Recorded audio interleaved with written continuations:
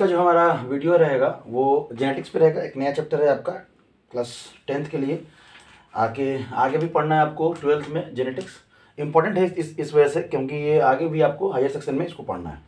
समझेंगे कि जेनेटिक्स हम लोग स्टार्ट कहाँ से करते हैं। अगर हम लोग देखें कि जेनेटिक्स टर्म जो है ना, इस टर्म को दिया कौन था, तो सबसे पहला जो हम लोग ध्यान देंगे इस टर्म को कौन दिया था, तो genetics term coined bye Watson. तो हम कह सकते हैं जो टर्म है आपका गिवन बाय एक साइंटिस्ट थे जिनका नाम था क्या, वाटसन। इन्होंने ही ये टर्म दिया जेनेटिक्स। अब जेनेटिक्स है क्या, the study of principle and mechanism of heredity, या कह सकते हैं सिंपली, आप अगर 10th में है तो कह सकते हैं स्टडी ऑफ हेरिडिटी। तो जेनेटिक्स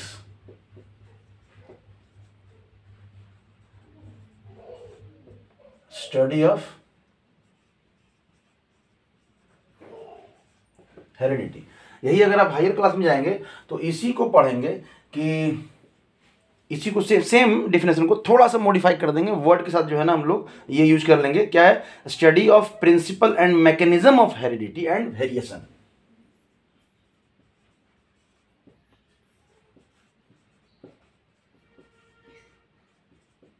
स्टडी ऑफ प्रिंसिपल्स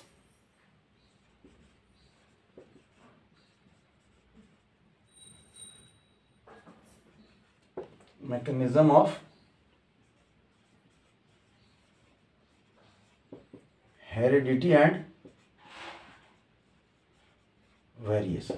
ठीक है, हेरिडिटी एंड वेरिएशन। अब बारी बारी से हम लोग समझेंगे कि ये सब है क्या। समझ में आ रहा है, ये सब है क्या, आपका वेरिएशन क्या है, आपका हेरिडिटी हम लोग कहते हैं किसको है। तो सबसे पहला जो आपका टर्म आप देखिएगा कहीं पे, तो सबसे पहला जो टर्म आपका आता है वो आता है ट्रैट।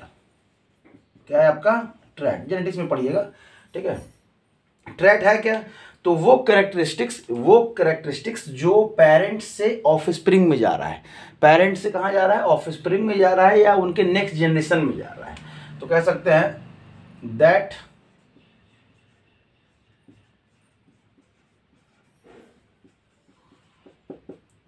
Characteristics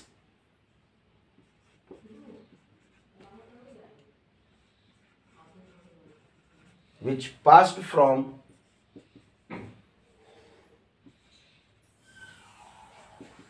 parent to their offspring। देखिए देयर लिखना बहुत जरूरी है, ये समझिएगा। मतलब पेरेंट से उन्हीं के ऑफस्प्रिंग में, ये नहीं कि पेरेंट कोई और है और एक पेरेंट्स का जो कैरेक्टरिस्टिक है ना वो किसी दूसरे के बच्चे में चला जा रहा है या दूसरे के नेक्स्ट जनरेशन में जा रहा है, ये नहीं है। इसलिए ये वर्ड जरूर लिखिएगा, ठीक है। पेरेंट टू ऑफस्प्रिंग नहीं, पेरेंट टू देयर ऑफस्प्रिंग। समझ में आ रहा है।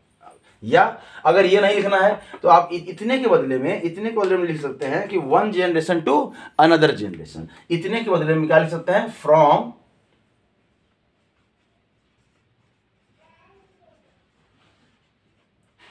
One generation to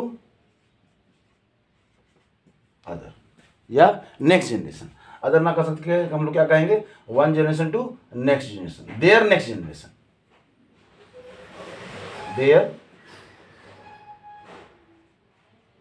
next generation. समझ में आया, बेसिक टर्म है ये सब, सिंपल है। अभी बहुत सारे टर्म हैं हम लोग यहाँ पे देखेंगे, और उसके बाद हम लोग पहुँचेंगे मेंडल्स में, क्योंकि बेसिकली तो जेनेटिक्स जो हम लोग पढ़ते हैं वो उन्हीं का देन है, और इतने अच्छे से हम लोग पढ़ भी पाते हैं। ठीक है, चलिए आगे बढ़ते हैं हम लोग। तब हमारे पास एक टर्म आया हेरिडिटी। हेरिडिटी क्या है, तो ट्रांसफर ऑफ ट्रैट्स। ठीक है, बहुत सारे कैरेक्टर एक साथ, ठीक है, कह सकते हैं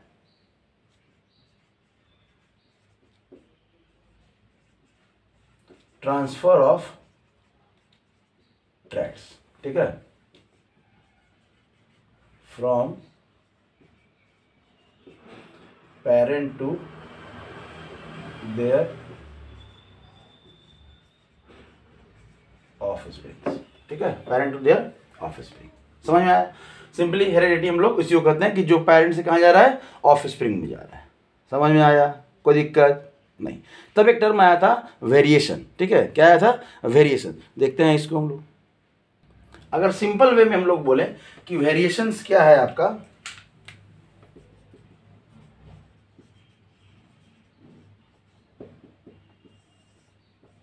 तो कह सकते हैं कि डिफरेंस, वेरिएशन मतलब क्या, डिफरेंस, डिफरेंस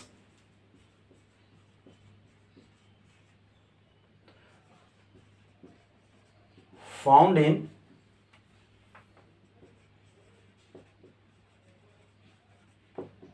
इंडिविजुअल, ठीक है, इंडिविजुअल में जो डिफरेंस पाया जा रहा है, इंडिविजुअल बिलोंगिंग टू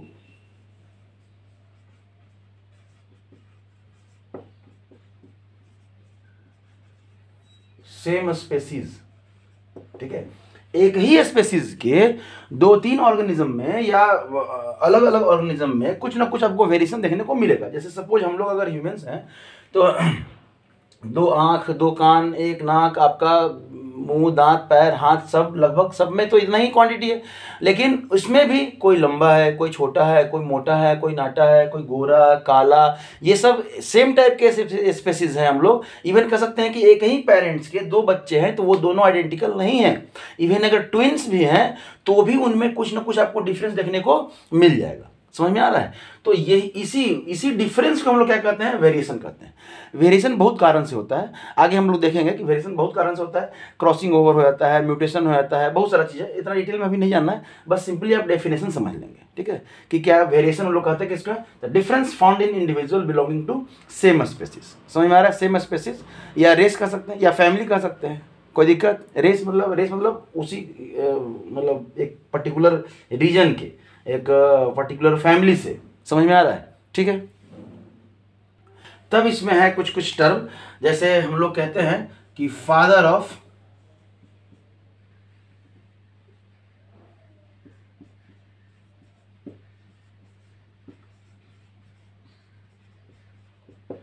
अगर फादर ऑफ जेनेटिक्स की बात करें, फादर ऑफ जेनेटिक्स की बात करें तो क्या आपका नाम आता है, तो मेंडल साहब का नाम आता है। क्या नाम आता है? मेंडल। ठीक है।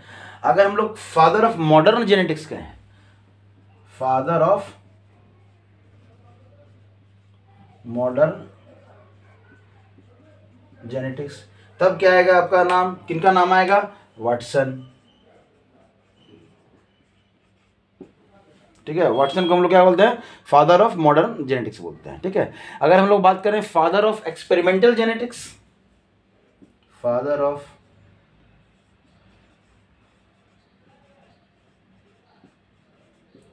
एक्सपेरिमेंटल जेनेटिक्स,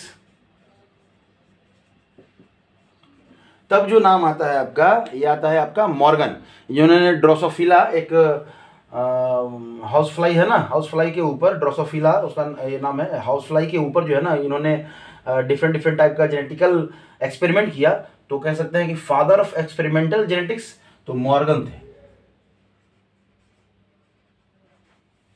समझ में आया? कौन थे आपके?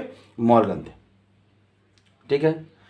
तब है कि फादर ऑफ, अगर ह्यूमन एंड फिजियोलॉजिकल जेनेटिक्स की बात करें तो अलग अलग नाम है। तो ये सब कुछ कुछ नाम है जो कि हम लोग अगर जाने तो अच्छी बात है, एग्जामिनेशन में आपको ये सब पूछते रहेगा, आगे भी जाएंगे तो काम आएगा, फ्यूचर में अगर आप कंपटीशन में भी बैठेंगे तो ये सब नाम आपको डायरेक्टली आता रहता है। तो कह सकते हैं कि father of human and physiological genetics या ह्यूमन जेनेटिक्स कह दीजिए।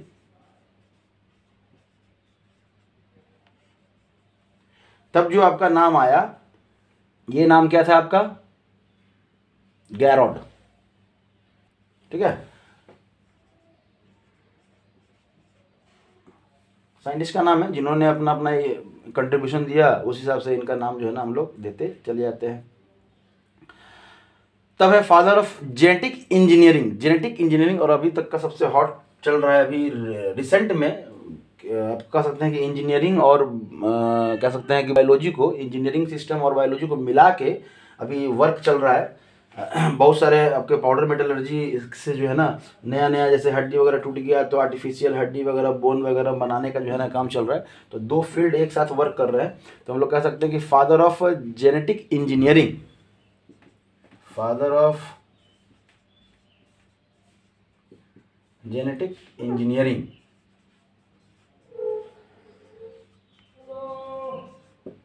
इसका जो आपका नाम है वो कौन है आपका, तो पॉल बर्ग नाम है, ठीक है, साइंटिस्ट है। समझ में आया? तो ये कुछ कुछ नाम्स हैं जो कि आपको समझना है, जानना है, जिसके बारे में हम लोग यहाँ पे चर्चा किए। आगे हम लोग चलते हैं इससे। तब एक टर्म यूज करते थे आपके मेंडल साहब, उसका नाम था फैक्टर, फैक्टर्स, ठीक है।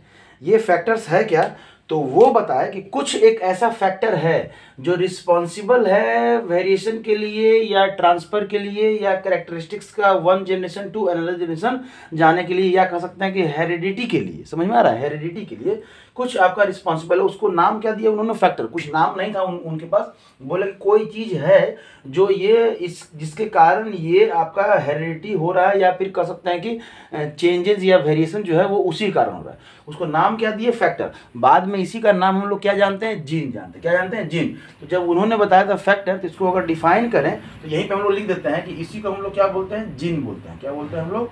जीन बोलते हैं। चलो, फैक्टर नाम किसके द्वारा दिया गया था, तो मेंडल के द्वारा दिया गया था। तो ये क्या है, यूनिट ऑफ हेरिडिटी। आप सिंपल वर्ड में कहें तो यूनिट ऑफ हेरिडिटी, ठीक है, which is responsible for inheritance, which is responsible for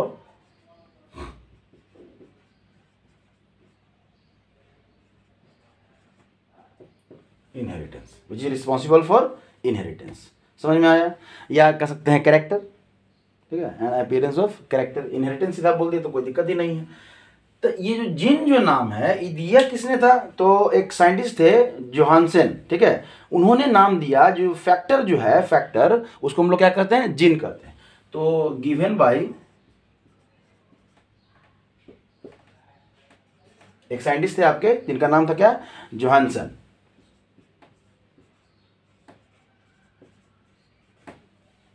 ठीक है, ये है जोहानसन। मेंडल इसको क्या यूज करते थे, फैक्टर। तो ये मेंडल साहब थे जो यूज करते थे वर्ड फैक्टर, उसी का नाम जीन पड़ा। आगे जाके एक साइंटिस्ट थे आपके, और ये लगभग नाम जो है ना, ये नाम कब दिए, तो 1909 में। मतलब ये जेनेटिक्स, ये फैक्टर के बारे में ऑलमोस्ट लगभग 84 के लगभग में जो है ना, ये तो मेंडल साहब तो इसमें मर ही गए थे। यहाँ पे आपका समझ लेते हैं, तो इसके पहले ही आपका नाम दिए होंगे फैक्टर, इसके पहले ही नाम दिए होंगे आपका फैक्टर। अब बाद में जीन नाम कब पड़ा, तो 19, एक बड़ा गैप है। और इनके थ्योरी को रीडिस्कवर किया गया था, मेंडल के थ्योरी को रीडिस्कवर किया गया था किसमें, 900 में। मतलब स्टार्टिंग से लोग उसको समझ क्या रहे थे, बहुत समय तक जीन को क्या समझते थे, फैक्टर। कोई एक ऐसा फैक्टर जो आपको क्या कर रहा है, रिस्पॉन्सिबल है इनहेरिटेंस के लिए, या कह सकते हैं कैरेक्टर्स के लिए, वन पेरेंट शो अनदर, या जो भी हमारे अंदर जो कैरेक्टर है वो किसके कारण है, कोई एक फैक्टर है, वो बता रहे थे। जब बाद में इसी फैक्टर को हम लोग, जोहानसन ने क्या कहा कि इसी को हम लोग क्या कहते हैं, जीन कहते हैं। समझ में आया? ठीक है। तो ये थोड़ा सा हिस्टोलॉजिकल एक तरह से इंफॉर्मेशन है, समझिएगा। याद नहीं भी रहेगा कोई दिक्कत नहीं, लेकिन इस तरह से अगर समझेंगे तो याद करने में दिक्कत नहीं होगा। तब जो आपका टर्म है वो क्या है आपका, एलील। एलील क्या है आपका, अल्टरनेटिव फॉर्म ऑफ जीन कह सकते हैं।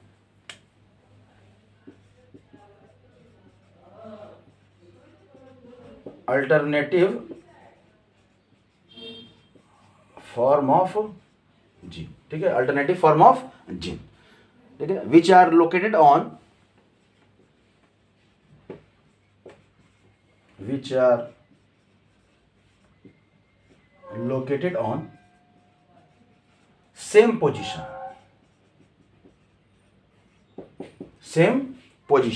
ठीक है, on the homologous chromosome, on the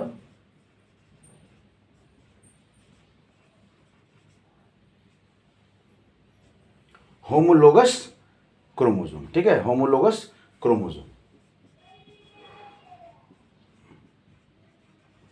अब एक टर्म आया आपके पास देखिए, ये एलील है क्या, एक कैरेक्टर का एक जीन में अगर एक कैरेक्टर का दो एलील्स होता है, ठीक है, किसी भी कैरेक्टर का दो एलील्स। जैसे अगर हम लोग टॉल की बात करें तो टॉल के लिए जो है ना कैपिटल टी, ठीक है, या आप कह सकते हैं डॉर्फ के लिए है आपका एक ही चिन्ह है, लेंथ के लिए रिस्पॉन्सिबल क्या है, तो टॉल हम लोग लिखे हैं तो कैपिटल टी। अगर यही हम लोग डॉर्फ की बात करें तो क्या हो जाएगा स्मॉल टी, या अगर हाइब्रिड की बात करें तो कैपिटल टी स्मॉल। तो ये जो टी है और ये स्मॉल टी और ये कैपिटल टी स्मॉल टी, सब क्या है, एलिल्स हैं। एक ही कैरेक्टर को लेंथ के बारे में ये बता रहे हैं, तो अलग अलग पोजीशन में ये आपको बता रहे हैं। तब है कि सर आप यहाँ पे कैपिटल में लिख रहे हैं, यहाँ पे स्मॉल में लिख रहे हैं, तब टर्म आएगा आपका कि डोमिनेंट टर्म। कुछ जो कैरेक्टर होते हैं वो डोमिनेंट होते हैं, कुछ जो कैरेक्टर होते हैं वो क्या होते हैं, रिसेसिव होते हैं। क्या होता है, रिसेसिव होते हैं। क्या रिसेसिव होते हैं, क्या क्यों उनको रिसेसिव कहते हैं, ये हम लोग समझेंगे। प्लस यहाँ पे टर्म आया क्या, होमोलोगस। अब होमोलोगस से हमारा यहाँ पे जो यूज होगा आपका होमोजाइगस और हेट्रोजाइगस। अब क्या है, तो यहीं पे समझ लीजिए कि एक ही टाइप के अगर एलील्स हैं तो होमोजाइगस, एक ही टाइप के एलील्स हैं होमोजाइगस, एक ही कैरेक्टर के डिफरेंट टाइप ऑफ एलील्स हैं तो हेट्रोजाइगस। अरे होमो वर्ड का मतलब क्या होता है, सेम, सिमिलर, समान, ठीक है। तो समान टाइप के एलील्स हैं तो होमोजाइगस। यहाँ पे एक समान जैसे एलील्स हैं नहीं, एक कैपिटल टी है एक स्मॉल टी है, तो यहाँ पे क्या हो जाएगा, ये आपका हो जाएगा हेट्रोजाइगस। इसी टर्म को हम लोग समझते हैं। तब टर्म आया आपका होमोजाइगस। होमोजाइगस क्या है, तो कह सकते हैं a zygote is formed by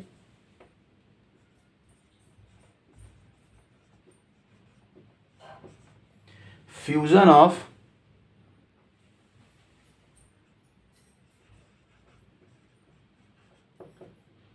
identical gametes, ठीक है, identical gametes are called होमोजाइगोट्स।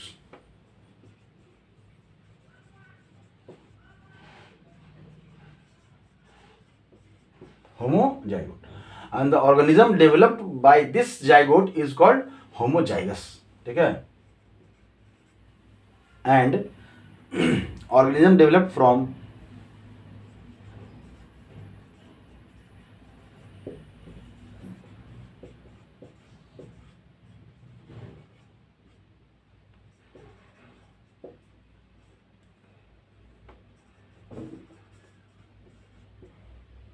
this zygote is called homozygous organism, ठीक है, homozygous.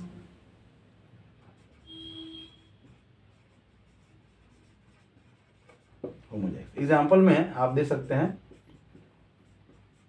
Capital T small T, capital R round के लिए। आगे हम लोग देखेंगे ये सब चीज क्या है। ये इतना बड़ा डेफिनेशन हो गया। इसी को सिंपल वे में अगर आपको करना है, मान लेते हैं ये अगर नहीं याद हो रहा है, ये नहीं याद हो रहा है, तो क्या कहेंगे, लिख देंगे both the gene of a characters are similar, ठीक है, या identical. Both the genes of a character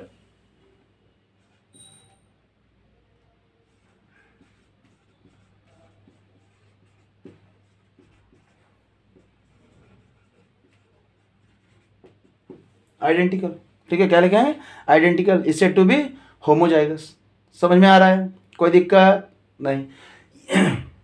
अगर नेक्स्ट लाइन में लिखना चाहें तब क्या लिख सकते हैं हम लोग, इसी चीज को क्या लिखेंगे कि जेनेटिकली प्योर, ठीक है, जेनेटिकली प्योर कैरेक्टर, ठीक है, जेनेटिकली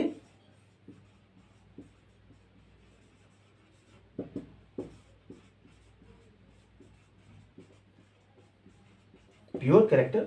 ये प्योर है, एक ही टाइप का है, चाहे वो टॉल है, चाहे वो डॉर्फ हो, चाहे वो राउंड हो, एक ही टाइप का है।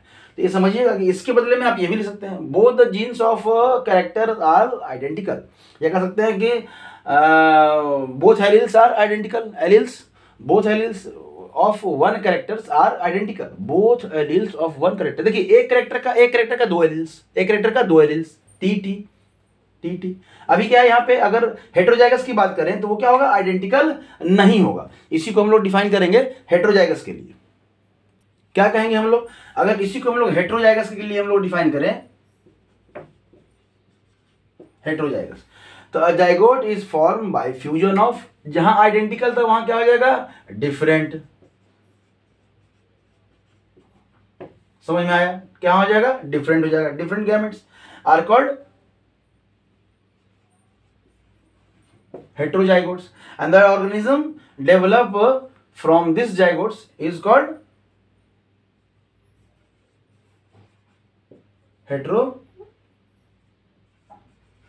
heterozygous।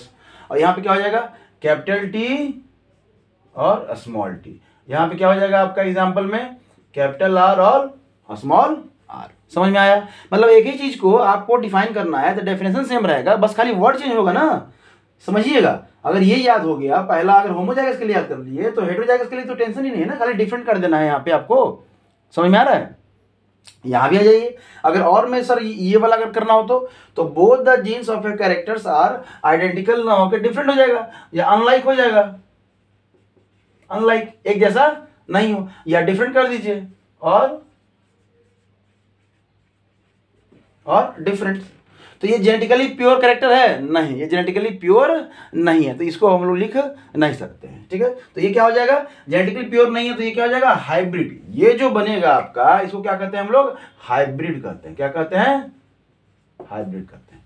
समझ में आया? हेटेरोजाइगस और होमोजाइगस, यहां तक में कोई दिक्कत नहीं। तब हम लोग पढ़ेंगे कि हमारा एक टर्म आया था कि कैपिटल टी से भी रिप्रेजेंट कर रहे हैं, स्मॉल टी से भी रिप्रेजेंट कर रहे हैं, तो उसको हम लोग कहते हैं डोमिनेंट कैरेक्टर और कहते हैं रिसेसिव कैरेक्टर। अगर हम लोग बात करते हैं डोमिनेंट कैरेक्टर का, डोमिनेंट कैरेक्टर मतलब that character which express themselves in next generation, कह सकते हैं that character which express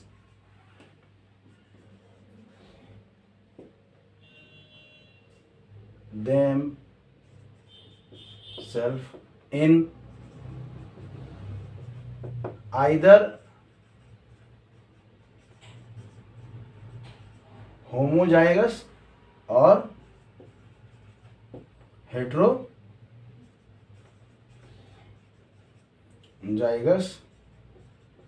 condition. अब ये वर्ड हम लोग को पता है, मतलब अगर हम कैपिटल टी की बात करें तो ये क्या है आपका? Dominant character. अगर यहाँ पे हम लोग क्या इसको कहेंगे? टॉल कहेंगे। यहाँ पे कैपिटल टी और अगर स्मॉल टी है तो यहाँ पे भी हम लोग क्या कहेंगे? इसको टॉल कहेंगे। क्या कहेंगे हम लोग? टॉल कहेंगे।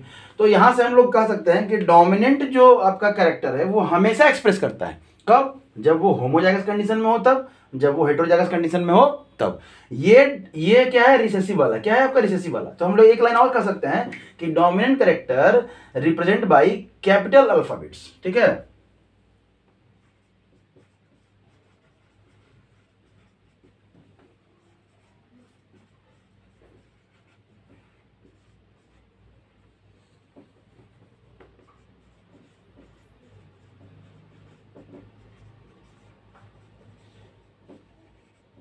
Capital letter. ठीक है, तब अगर हम लोग बात करते हैं रिसेसिव की,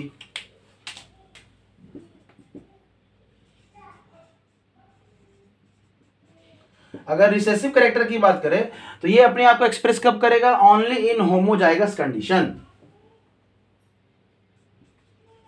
दैट कैरेक्टर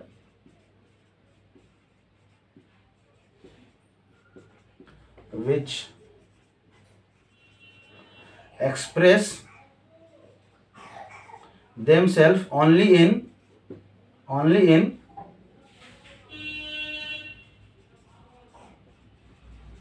homozygous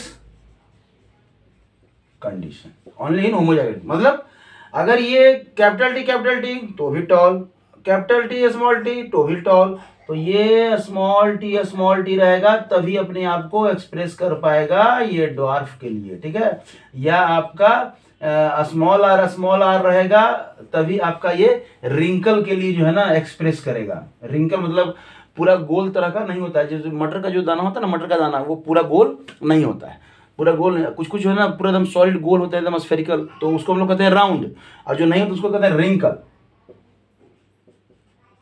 रिंकल कहते हैं। ठीक है, WRI, ये आर है, आर के बाद आई है आपका। ठीक है, रिंकल। समझ में आ रहा है? तो रिसेसिव कैरेक्टर कौन किसे कहते हैं? जो अपने आप को सिर्फ होमोजाइगस कंडीशन में ही एक्सप्रेस कर पाएंगे, मतलब जब वो अकेले होंगे तभी। इसके साथ अगर एक भी अगर डोमिनेंट हो गया तो फिर ये रिसेसिव वाला अपने आप को एक्सप्रेस नहीं करेगा। लेकिन ऐसा नहीं है कि ये कैरेक्टर नहीं है, ये कैरेक्टर है, तब ये सब एक्सप्रेस कब करेगा? तो जब नेक्स्ट जनरेशन में देखेंगे या नेक्स्ट जनरेशन में जब वो अकेला रहेगा होमोजाइगस कंडीशन में, तभी अपने आप को एक्सप्रेस कर पाएगा, नहीं तो नहीं कर पाएगा। ठीक है, तब कहेंगे एक टर्म है आपका फिनोटाइप। फिनोटाइप क्या है?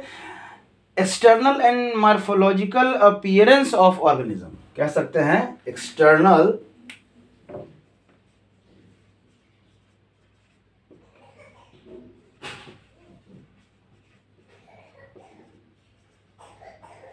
एंड मॉर्फोलॉजिकल अपीयरेंस या कैरेक्टर, ठीक है, या बिहेवियर, अपीयरेंस कर लीजिए तो ज्यादा अच्छा रहेगा। ठीक है, अपीयरेंस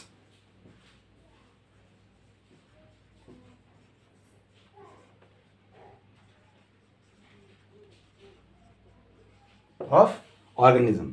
ठीक है, इज कॉल्ड आपका क्या कहते हैं इसको हम लोग? फिनोटाइप कहते हैं। क्या कहते हैं? फिनोटाइप कहते हैं। समझ में आ रहा है? तब है आपका एक टर्म यहां पे आएगा क्या? Genotype.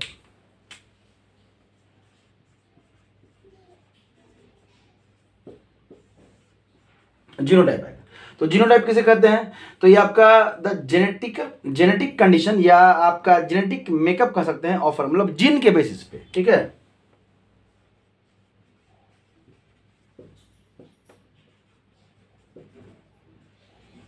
Genetic makeup of organism. समझिएगा ये है क्या? जैसे अगर हम लोग बात कर रहे हैं कैपिटल टी, तो हम लोग बोल रहे हैं कि ये क्या है? आपका टॉल है। आप कैपिटल टी स्मॉल टी तो भी हम लोग क्या बोल रहे थे? टॉल बोल रहे थे। क्या बोल रहे थे? टॉल बोल रहे थे। ठीक है, लेकिन यहां पे क्या है कि अगर फिनोटिपिकली देखेंगे, फिनोटिपिकली ये जो हम लोग दोनों को बोले तो हम लोग क्या बोले? फिनोटाइप। ये हो गया आपका फिनोटाइप। फिनोटाइप में दोनों आपका क्या हो गया? टॉल हो गया। लेकिन अगर जीनोटाइप की बात करें, तो ये तो टॉल है, ठीक है, लेकिन ये क्या है? आपका हाइब्रिड कहलाएगा। ये क्या कहलाएगा? हाइब्रिड कहलाएगा। मतलब जीन के बेसिस पे ये प्योर नहीं है, ये सिर्फ टॉल नहीं है, इसमें ड्वार्फ वाला कैरेक्टर भी है। लेकिन अगर फिनोटिपिकली देखें तो ये भी टॉल और ये भी टॉल। लेकिन अगर जीनोटाइप की बात करते हैं तो आपका ये टॉल है, लेकिन ये क्या है? आपका हाइब्रिड है। तो ये रहा कुछ टर्मिनोलॉजी जो हम लोग जेनेटिक्स में यूज करते हैं। अगले क्लास में हम लोग मिलेंगे या नेक्स्ट हम लोग वीडियो में मिलेंगे, जिसमें हम लोग पढ़ेंगे कि इनहेरिटेंस का क्या आपका बेनिफिट्स है और हेरिडिटी जो है ना कैसे आपका ट्रांसफर हो रहा है और क्या क्या क्रॉस हम लोग को पढ़ना है, और मेंडल साहब क्यों एक्सपेरिमेंट किए या क्या लगा कि वो एक्सपेरिमेंट करना स्टार्ट किए, तो ये हम लोग नेक्स्ट वीडियो में करेंगे। ठीक है, थैंक यू।